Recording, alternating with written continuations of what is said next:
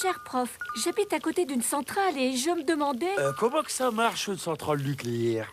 Pour comprendre cela, il faut parler de radioactivité. Ça tombe bien, j'ai commandé un kit centrale nucléaire sur MacGyver.com. Je t'explique. Dans la nature, il y a des atomes qui ont eu de la chance. Leurs parents les ont aimés et ont fait d'eux des atomes stables et joufflus avec tous leurs petits protons et neutrons. Regarde Yuki comme cet atome est stable. Eh bien, il y en a d'autres qui n'ont pas eu cette chance, qui ont eu une enfance malheureuse, comme lui par exemple. Tu m'as trompé! Chérie! Maman, je te quitte! Et le neutron que tu m'as offert, tu sais ce que j'en fais? C'est pas ça! Quand un neutron percute d'autres atomes, se déclenche la fission nucléaire. Une réaction en chaîne qui produit énormément d'énergie.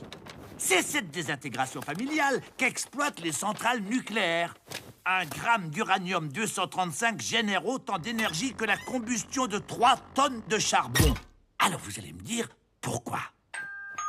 Parce que pendant que 3 tonnes de charbon attendent d'être brûlées dans une centrale thermique, 1000 milliards de milliards d'atomes se désintègrent tout seuls chaque seconde dans 1 gramme d'uranium. Moi-même, dans mon petit corps plein d'atomes, je suis irradié par près de 5000 réactions nucléaires par seconde. Voici votre kit MacGyver mini central. Merci. Attention, ça ne veut pas dire que si on est nombreux, serrés les uns contre les autres, on va tous exploser. Voyez le Stade de France et ses 80 000 personnes. Vous imaginez la pyrotechnie produite par un concert de Johnny? Il suffirait d'une étincelle Johnny! aïe, ou d'un neutron largué n'importe où. Allumez le feu! Génial ce MacGyver. Une bouilloire, de l'uranium, du scotch, un chouchou et une dynamo. Cette super centrale va éclairer mon aquarium pendant 30 ans. Posez le tout sur un support stable, ok? Évitez de placer une bouteille d'eau de 3 litres débouchée à proximité de... ok? Ah non! L'uranium chauffe! L'eau s'évapore et fait fondre la bouilloire! Ça va être terrible! Sauf qu'il peut! 2 billets pour très très loin, s'il vous plaît. Si vous n'arrivez pas à joindre le SAV de MacGyver, attends, tapez-nous à moins bête sur Arte.tv. Avec ça, c'est sûr, vous mourrez moins bête. Mais bon, vous mourrez quand même. Cher professeur, je rêve que des tortues me grattent le dos avec une patate. Mais ça veut rien dire. À quoi ça sert de faire des rêves? Chère Dorothée, on passe un tiers de notre vie à dormir et plusieurs années à rêver. Mais dormir ne veut pas forcément dire rêver. On ne rêve que pendant des phases très particulières du sommeil, et notamment pendant la phase appelée sommeil paradoxal. Super! Car pendant que vous dormez, le cerveau ne se repose pas du tout, lui. Au contraire, il est très actif. Kim Jong-il! Alors, on fait de la maçonnerie? Oui, je construis un mur pour protéger mon pays. Mais si vous voulez y aller, faut passer par la boîte aux lettres. Hein? Mais comment? Comme ça. Hop là. C'était quoi ce rêve débile? Et pourquoi je pense à des trucs pareils, moi? Ben, on sait pas trop. Freud a émis l'hypothèse que les rêves accomplissent des désirs. Quand ces derniers sont inavouables, ils prennent des formes symboliques. Dans les rêves, tout ce qui est long est phallique, comme le couteau. Et tous les contenants sont des foufounes. Fastoche!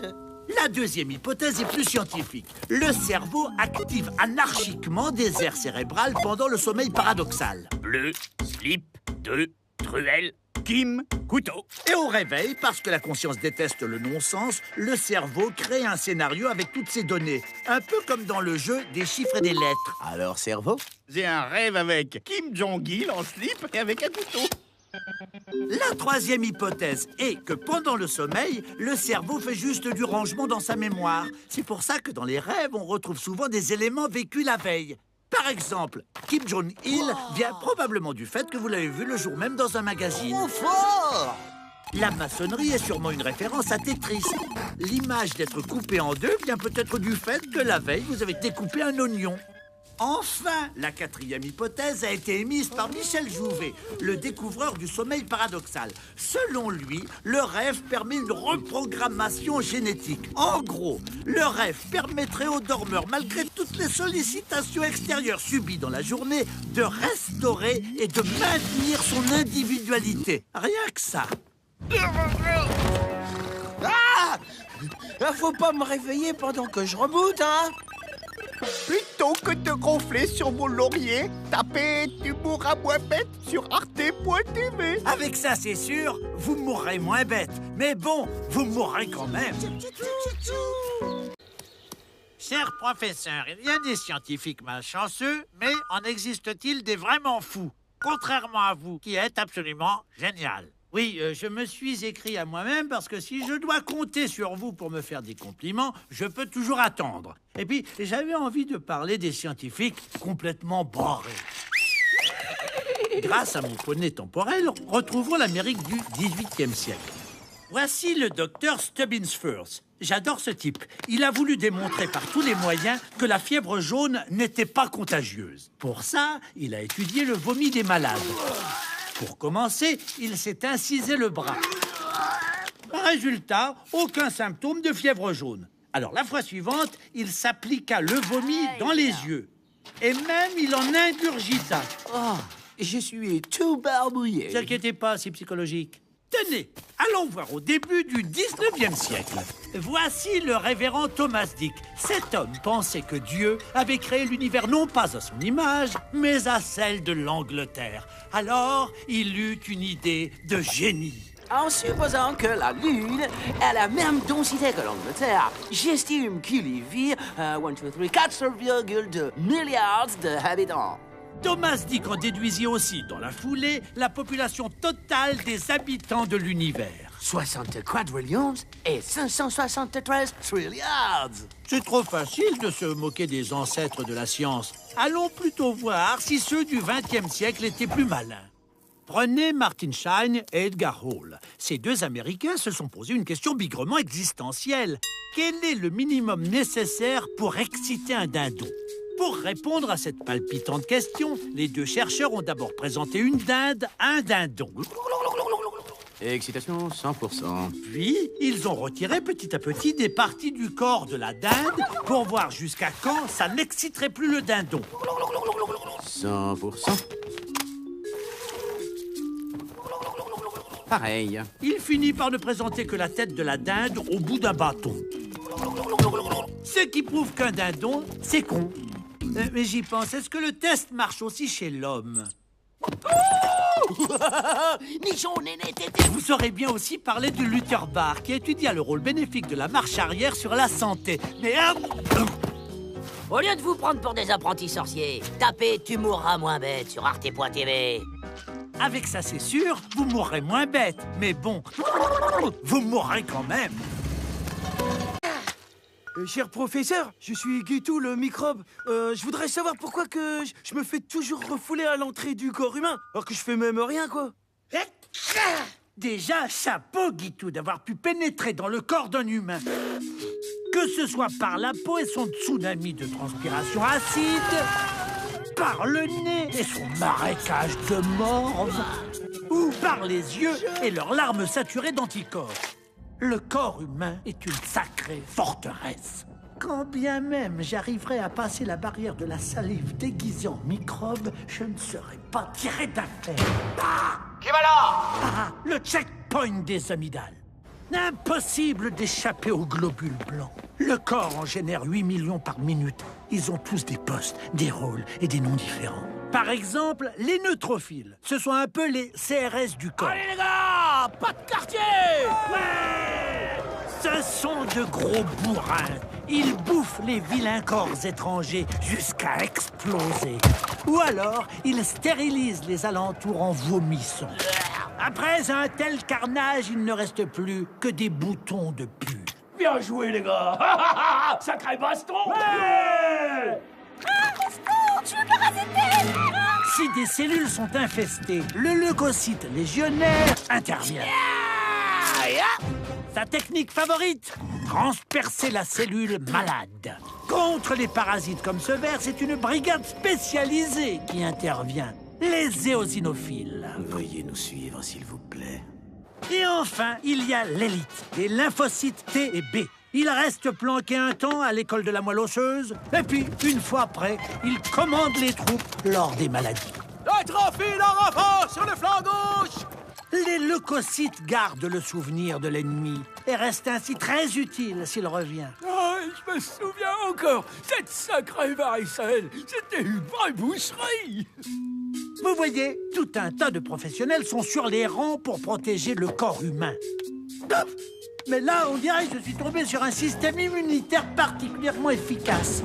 On t'expulse demain, par voie nasale si le juge est sympa. Sinon, par voie rectale. Comme.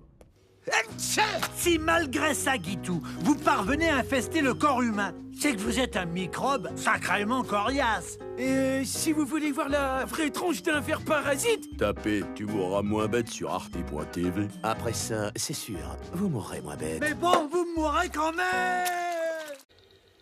Cher prof, il paraît que proche de la mort, on voit des tunnels avec des spectres et le paradis au bout. C'est vrai? Parce que moi, à ma mort, j'ai rien vu. Cher Patrick, quand je fais de la poterie pour me détendre parfois, moi, je vois le fantôme de Demi Moore. Hé, Demi, mon vase! Non, pas ça! Vite, vite! Meredith, dépêche! D'après le docteur Moody, une near-death expérience, une expérience de mort imminente, c'est quand un mourant est en proie à des visions délirantes qui se déroulent en 5 étapes. 1. Sentiment de paix. 2. Sortie du corps. 3. Le sujet entre dans une sorte de tunnel et voit des morts. Hé, attendez-moi! 4. Dans certains cas, toute sa vie défile devant ses yeux. 5. Enfin, il sort du tunnel en filant vers une lumière bienveillante.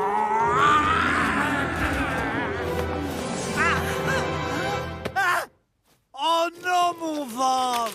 Il est foutu. Certains disent que dans le tunnel de lumière, on revit sa naissance. Or, les bébés naissent les yeux fermés, en se raclant la face contre la paroi. Et pas la tête en avant en regardant devant comme dans un toboggan à la piscine. Donc, impossible de voir le fameux tunnel. La psychologue Susan Blackmore, elle, pense que les NDE sont des manifestations purement neurologiques. Démonstration. On sait qu'il y a plus de neurones du cortex dédiés à la vision centrale de l'œil que dédiés à sa périphérie. Si tous ces neurones manquent d'oxygène, la vision périphérique défaillira avant la vision centrale, d'où l'impression de voir un tunnel. Certaines drogues peuvent provoquer la même chose. Le LSD, la psilocybine, la mescaline et même le pilotage d'un avion de chasse, en raison de la pression exercée sur le cerveau.